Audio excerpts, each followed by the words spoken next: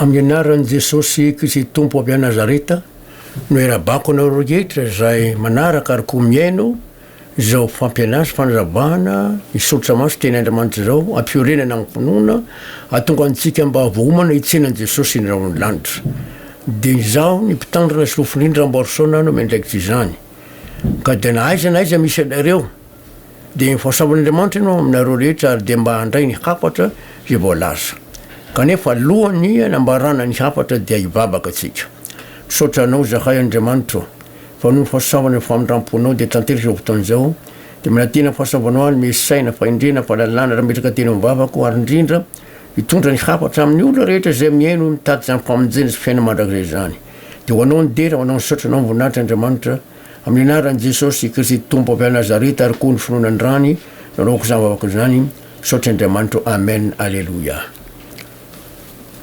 eran'izao tory izao mpitory dia samy manambara fa ho avy eny amin'irao lanitra Jesosy hakany olony dia samy mieraka hanomana ny olona ho amin'izany ary Jesosy Kristy tompo koa moa dia fanilazan'izany raha teo araka ny voalaza amin'ny Jaona toko fa 4:10 andininy voalohany ka hatramin'ny fahatelo Jaona 4:10 ny andininy voalohany ka hatramin'ny fahatelo amin'ny anaran'i Jesosy Kristy tompo manao hoe aza malahelo no fonareo minoa an'Andriamanitra ary minoa ahy koa ao an-tranony raiko misy fitoerana maro raha tsy zany dia efa nilaza taminareo aho fa handeha hamboatra fitoerana ho anareo aho ary handeha hamboatra fitoerana ho anareo aho dia ho avy indray ka handray anareo any amiko ka zay hitoerako no hitoeranareo koa Jesosy mihitsy no nilaza fa lasa ndeha hamboatra fitoerana ho an'ny olona mino rehetra izy ary mbola ho avy indray hakan'ireo olona zay mino ao aminy ary apôstôly Paoly dia nilaza koa ao amin'ny Tesaloniana voalohany toko 4 Tesaloniana voalohany toko 4 ny andininy 5:10 ka hatramin'ny 7:10 manambara zany fibian'i Jesosy Kristy tompo zany azao mbolaza amin'ny anaran'i Jesosy Kristy tompo Tesaloniana voalohany toko 4 andininy 10:10 ka hatramin'ny 7:10 tena zava-dehibe tokoa fanambarana ito hoe fa izao no lazainay aminareo ny amin'ny tenin'ny tompo isika zay velona ka mbola mitoetra mandra-piavin'ny tompo dia tsy mba hialoha izay mpanody mantsy akory fa ny tenan'ny tompo no hidina avy any an-danitra amin'ny fiantson'ny feo ny arkanjery ary ny trompetra'Andriamanitra ka zay mahatao amin'ny Kristy no hitsangana aloha ary rehefa afaka zany dia isika zay velona ka mbola mitoetra no akarina sy hiaraka aminy eny amin'ny raony tsenan'ny tompo eny amin'ny abakabaka teo ny amin'ny tompo mandrakariva isika manambara sy mitory zany fiabian'i Jesosy zany avy koa ny olona rehetra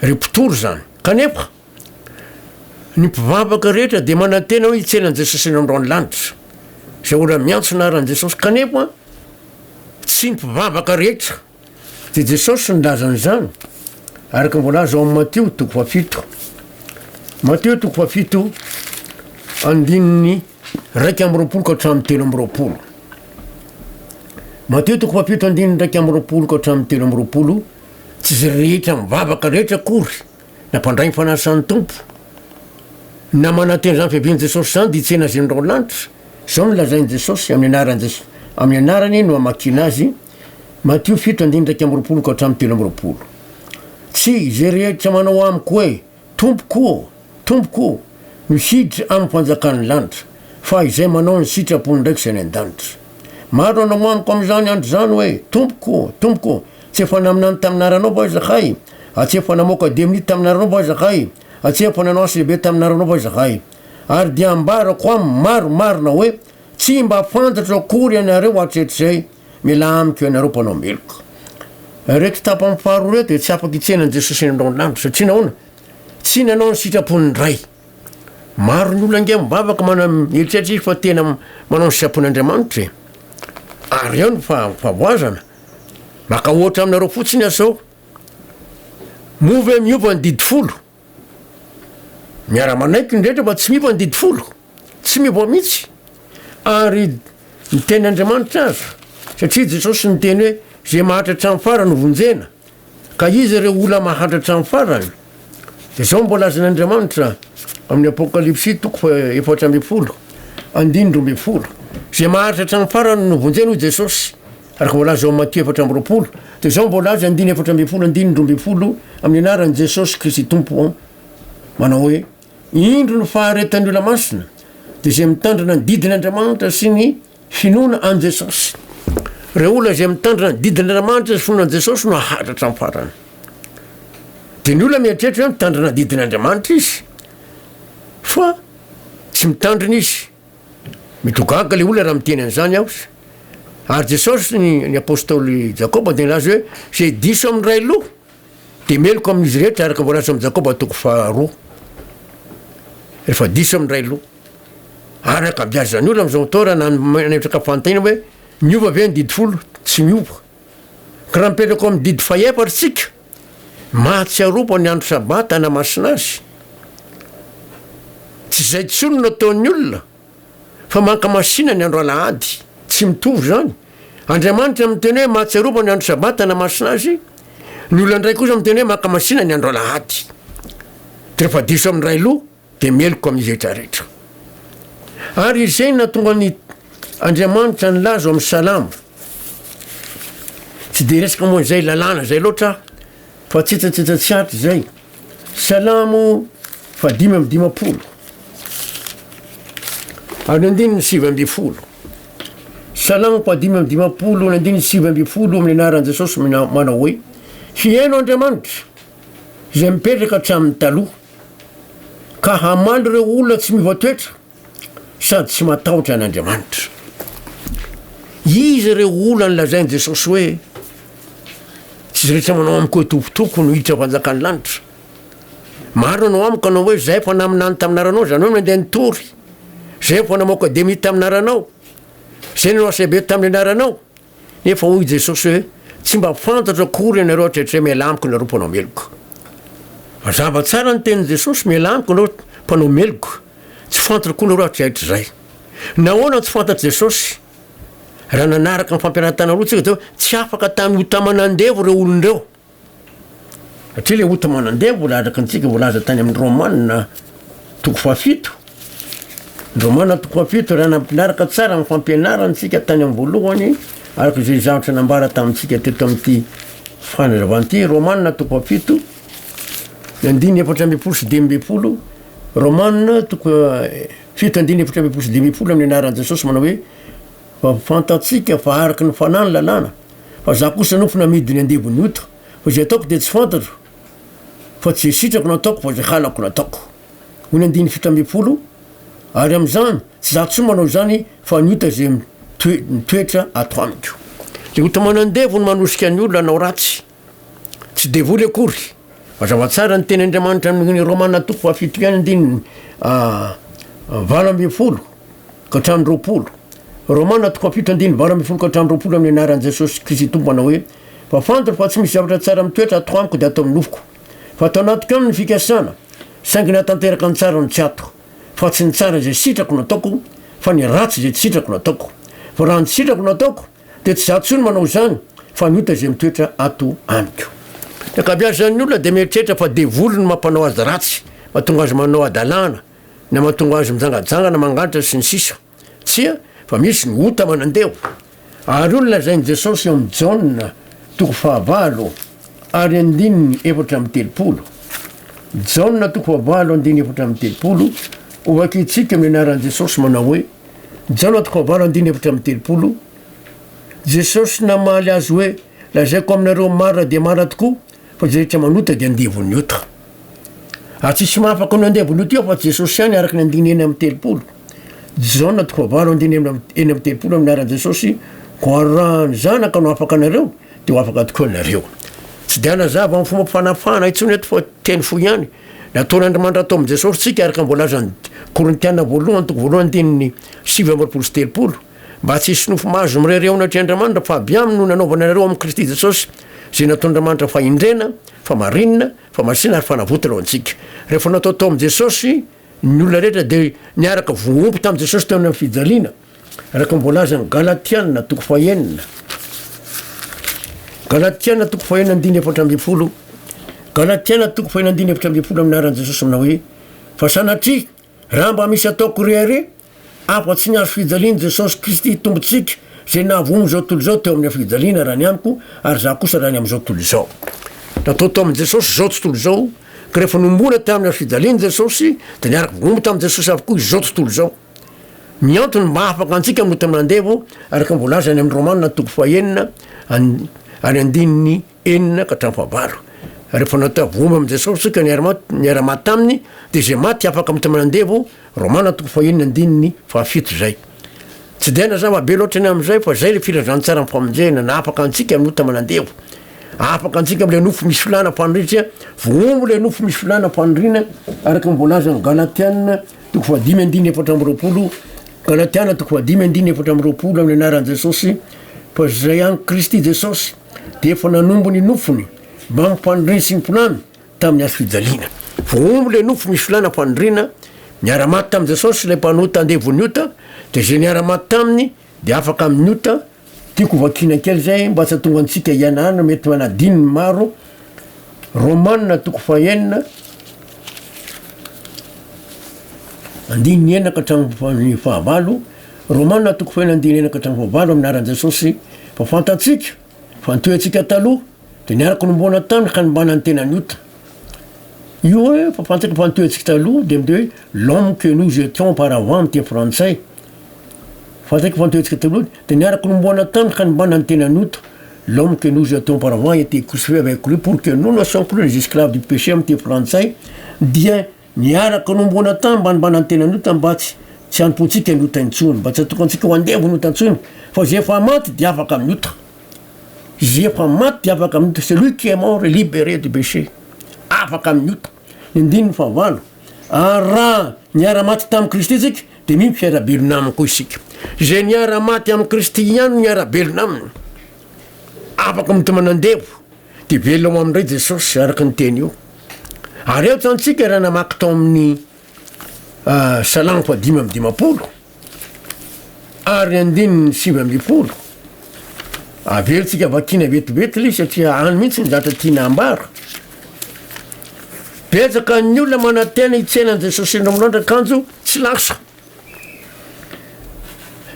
salamo 5:10 andiny 9:10 aminaran' jesosy hieno andriamanitra zay mipetraka hatramin'ny taloha ka mandreo olona tsy mivoatoetra sady tsy matahotra n'andriamanitra tsy mivoatoetra mihitsy le olona moratehitra miady aman'olona manendrikelitra mangalatra fetsifetsy amin'ny namana misy aza mbola mivavaka nefa mijangajanga jangajanga maka vadilolona na maka olona tsy vadiny akory jangajanga de miala tiny hoe aka davida aza mba nanambady be dehibe solomona nanambady be dehibe jesosy nampianatra mihitsy amin'ny salan ao Matthieu 7:10 fa nofora ihany izy roroa zay mihitsy nefa nanovan'andriamanitra ny olombelona nofora ihany izy roroa fa tsy hoe koa hoe nofora ihany izy telo eotra 10 fito valo 10 sanatria ary misy olona tsy mivoatoetra miapanga mamoratehitra manaratsy ny fivavahany aho fa manka ala miady zay loha tsy mivoatoetra ary tsy matahotra n'andriamanitra ahoana moa zany hoe tsy matahotra n'andriamanitra zay mihitsy ny teny eto sady tsy matahotra n'andriamanitra nahoana no tsy matahotra n'andriamanitra raha mamaky tsika eo amin'ny Matthieu 10:20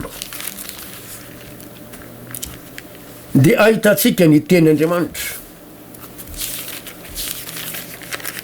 Matthieu 10:20 ary ny andininy 70 Matthieu 10:20 ny andininy 70 Matthieu 10:20 andininy 70 Jesosy Kristy nanambarany izy ty manao hoe mianaran' Jesosy manao hoe de namaly ny mpanjaka ka nanao taminy hoe lazaiko aminareo marina de marina tokoa araky zay efa nataonareo tamin'ny anankiray amin'ny ireny rahalahy kely indrindra ireny no nataonareo tamiko mazava tsara ny teny Jesosy araky zay efa nataonareo tamin'ny anankiray amin'ny ireny rahalahiko amin'ny ireto rahalahiko kely indrindra ireto no nataonareo tamiko izy ataotsika amin'ny olona de tony ataotsika amin'ny Jesosy zany raha mitezitra amin'ny olo anankiray tsika de tezitra amin'ny Jesosy manaratsy olo anankiray tsika de manaratsy an' Jesosy mankala olo anakiray tsika de mankala an jesosy, miady amin'ny olo anakiray tsika de miady am' jesosy, manao tsinitsiny olo anakiray tsika de manao tsinitsiny an jesosy. Zay ataonareo am'ireny ralahiko ireto kely indrindra ireto, mazava tsara ny teny jesosy, araka zay efa nataonareo tamin'ny anakiray amin'ireto rahalahiko kely indrindra ireto no nataonareo tamiko. Raha ohatra tsika ka mamono olona de mamono an jesosy, mbola mamono an jesosy indray zany, ary zay no manao hoe tsy mame voninahitry Andriamanitra, tsy mipatoetra sady tsy manaja an'Andriamanitra, tsy manaja an jesosy mihitsy. Ary eo zany mahatonga ny akamaroan'ny olona tsy tsena an jesosy indro amin'ny lanitra, manambara izy ho avy jesosy mimanonareo nefa izy azy tsy voaomana, ho avy jesosy haka ny olona raha maty de atsagnany am' maty nefa izy aza mbola miady aman'olona manao am-po, tsy voavela eloko. Nahoana ny tsy voavela eloko? Hoy jesosy eo amin'ny Matio toko faha enina, Matio toko faha enina, vakitsika aminaran jesosy, vakitsika aminaran jesosy Matio toko faha enina andininy 12. Ary mamela ny eloko tahaka namelana izy meloko taminay, mamela eloko satria mamela eloko miapaka. Toy jesosy amin'ny 14 sy 15. Raha mamela ny fahadison'ny olona ianareo de mba hamelany anareo kosa ny rainareo zay ny an-danitra. Fa raha tsy mamela ny fahadison'ny olona ianareo de tsy hamelany ny fahadisonareo ny rainareo. To tsara eto, zay mamela eloko de mba mamela eloko azy Andriamanitra. Fa raha tsy mamela eloko tsika na mitarahina na mifona mavavaka mahafoatran'inona ary tsika hoe Andriamanitra mamela ny eloko mifona aminao, kanefa tsy mamela ny eloko ny hafa de tsy mahazo famelan-keloka mihitsy. Ary zay indrindra zany no tokony ho fantatsika. Hoy ny tenin'Andriamanitra 9:20 amin'io Matio toko faha enina io ihany. Ary am'izany dia aza manana amin'iny amin'aniny ianareo, fa ny ampitso hanany azy, ampy hoan'ny andro, ny andro ny ratsy miseho ao aminy. Etsika de mahitako zao ampy hoan'ny olona ny zatra miseho rehetra, ary jesosy misy de fa niteny hoe raha vao tsy mamela ny eloko miakotsika dia tsy mamela ny antsika koa Andriamanitra. Manambara an'izany mihitsy ny tenin'Andriamanitra, satria raha vao tsy mamela mihitsika, tsy misy hevitra mihitsy. Ao amin'ny Matio 8:20 mantsy de misy fanambarana an'izany. Matio 8:20 ny andininy 5:30 vakitsika aminaran jesosy. Matio 8:20 andininy 5:30 amin'ny anaran jesosy Kristy tompo. Tahaka zany koa no ataon'ny raiko izay any an-danitra aminareo, raha tsy samy mamela ny rahalanareo amin'ny fonareo avy ianareo. Raha tsy mamela ny rahalanareo amin'ny fonareo avy tsy anareo. Nisy tantara toy izao, miaraka tamin'ny anabavy anakiray andray andro, miresaka ny tenin'Andriamanitra zay ny an-dalana. De ino nisy anabavy anakiray nifanena, de mifampitsikitsiky izy roa vavy raha nifanena izahay, de mifandray tanana fampiaraba nyresaka tsara. Ary efa mifanao veloma ka lasa le anakiray, de zao ny tenyle anabavy nyresaka tamiko: iny izy io zay mahasosotrainy elolina, mahakamo mihitsy, ka nahoana ho hainao ny fampiaraba miresaka aminy, tsy maintsy atao ihany ny fomba ka mila ilaina ny fahalalam-pomba. De anao zanao tsy namela azy mihitsy, raha iny aloha tsy mamela mihitsy. Zay ny teny jesosy, raha tsy mamela ny rahalanareo amin'ny fonareo rehetra ianareo, ny rainareo zay an-dandrakoa tsy hamela ny eloko areo. Ka raha tsy mahazo famelan-keloko, aza manantena ny tsenan jesosy eny amin'rao any lanitra. Ary zay nge natonga jesosy ny teny, tsy izy rehetra manao amiko hoe tompotoko ndra mpanjaka lanitra. Na de nandeha nitorona aminany ary anareo, na de nametra tanina marary anao ka namoaka de amin'ny ara anareo, nanao asebe tamin'ny anarako ary nareo, toy jesosy hoe tsy fantotro akory nareo hatrizay hatrizay. Miala amiko nareo mpanao meloko, satria nahoana zay nataonareo amin'ireny raha lahako kely indrindra madinika kely indrindra reny efa nataonao tamiko tsy nanaja n'Andriamanitra le olona satria rehefa tsy manaja ny zanaka de tsy manaja ny ray mitenin'Andriamanitra de milaza n'izany mihitsy fa rehefa tsy manaja n'Andriamanitsika tsy manaja an' Jesosy tsika dia tsy manaja an'Andriamanitra tokoa. Jesosy aza nilaza ao amin'ny Jaona toko fahadimy Jaona toko fahadimy any andininy ndraiky amby roapolo ka hatramin'ny telo amby roapolo misy teny toy izao amin'ny anaran'i Jesosy. Jaona toko fahadimy ny andiny ndraiky amby roapolo ka hatramin'ny telo amby roapolo. Fa toy ny ray manangana sy mamelona ny maty de tahaka izany koa no amelomany zanaka izay tiany. Fa ny ray aza tsy mitsara olona fa ny fitsarana rehetra dia nomeny ny zanaka mba hanajany olona rehetra ny zanaka tahaka ny fanajany ny ray. Zay tsy manaja ny zanaka de tsy manaja ny ray zay naniraka azy. Zao zay tsy manaja ny zanaka de tsy manaja ny ray. Mila ajaina mihitsy Jesosy, mena voninahitra izy ary zay ny maro ny olona tsy manaja an' Jesosy. Ary hitantsika am'izany fa tena zava-dehibe tokoa hoy Jesosy amin'ny andiny efatra amby roapolo lazaiko aminareo marina dia marina tokoa zay mandray ny teniko ka mino zay naniraka ahy manana fiaina mandrakizay ka tsy hoelohana fa tapapindra ny ala tapafatesina ho amin'ny fiainana izy. Tsiro tsara fa tena zava-dehibe ka iaho santsika de voalaza tsara fa hoe misy olona tsy mivoatoetra anjarantsika mba mandinika hoe mba efa mivoatoetra avy aho sao de mora tezitra mora sosotra manameloko amepanga manaratsy mankahala sanatria manao tsinitsinany apo na manenjika ny fibabahany apo tsy anjarantsika izany. Anjarantsika koa rehefa mba mienony apo sao de mba marina ihany zavatra nylazainy sao ny zavatra nambarako no diso sao de zavatra nambarany tena mifanaraka amin'ny baiboly fa za mandeha araky ny hevitro ihany. Ary zay zany a natonga ny teny Andriamanitra hoe misy olona tsy mivoatoetra ka tsy mame voninahitra an'Andriamanitra. Anjarantsika mihitsy mandinika raha nandinika ny tantarany Saoly zay lasa apôstôly Paoly itsika tena nanenjika ny kristiana nanarantsy nanameloko kanjo tatyarina izy indray no enjehina mazava nge teny Andriamanitra izay te ho vela araky ny toe-panaraka Andriamanitra de enjehina ten'Andriamanitra zany.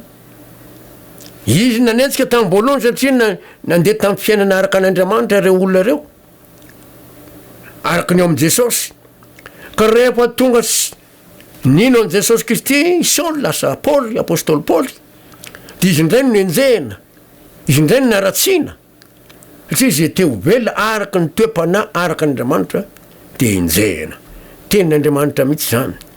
Mazava tsara le teny teo fa hoe zay toe-pana zay ao amin'i Jesosy de enjehina. Timoty faharoa toko fahatelo Timoty faharoa toko fahatelo ny andiny roa ambin'ny folo misy teny toy izao amin'ny anaran'i Jesosy. Timoty faharoa toko fahatelo andiny roa ambin'ny folo eny zay rehetra te ho velona amin'ny toe-pana araka an'Andriamanitra zay ao amin'ny Kristy Jesosy de enjehina. Toe-pana araka an'Andriamanitra ao amin'i Jesosy. Teny mpanaraka Andriamanitra amin'izao de tsy maintsy mifanaraka amin'ity baiboly ty ihany tsy miova. Ary ny baiboly tsy tokony hifanohitra. Ny olona ankehitriny lasa mampifanohitra amin'ny baiboly hoe tary taloha izy de lasa mifanohitra amin'ny aty tsy marina zany. Raha mamaky ny baiboly tsika de hoy Jesosy hoe ahoana hoy ny solitra masina, ahoana hoy ny lalàna. Salama zany koa nataon'ireo apôstôly satria ireo apôstôly raha nitory de tsy nalamba afa-tsy ny bokin'ny Matthieu parotonga ny Malakisy. Avy eo izy tatyarina nanoratra an'ireo epistily ho fampairezana ny fiangonana ary ho fanamafisana ny finoana. Tsy mifanohitra mihitsy ny baiboly. Fa raha mifanohitra izy de tsy avy Andriamanitra zany hoe Andriamanitra zany miovaova. Andriamanitra tsy miovaova mihitsy.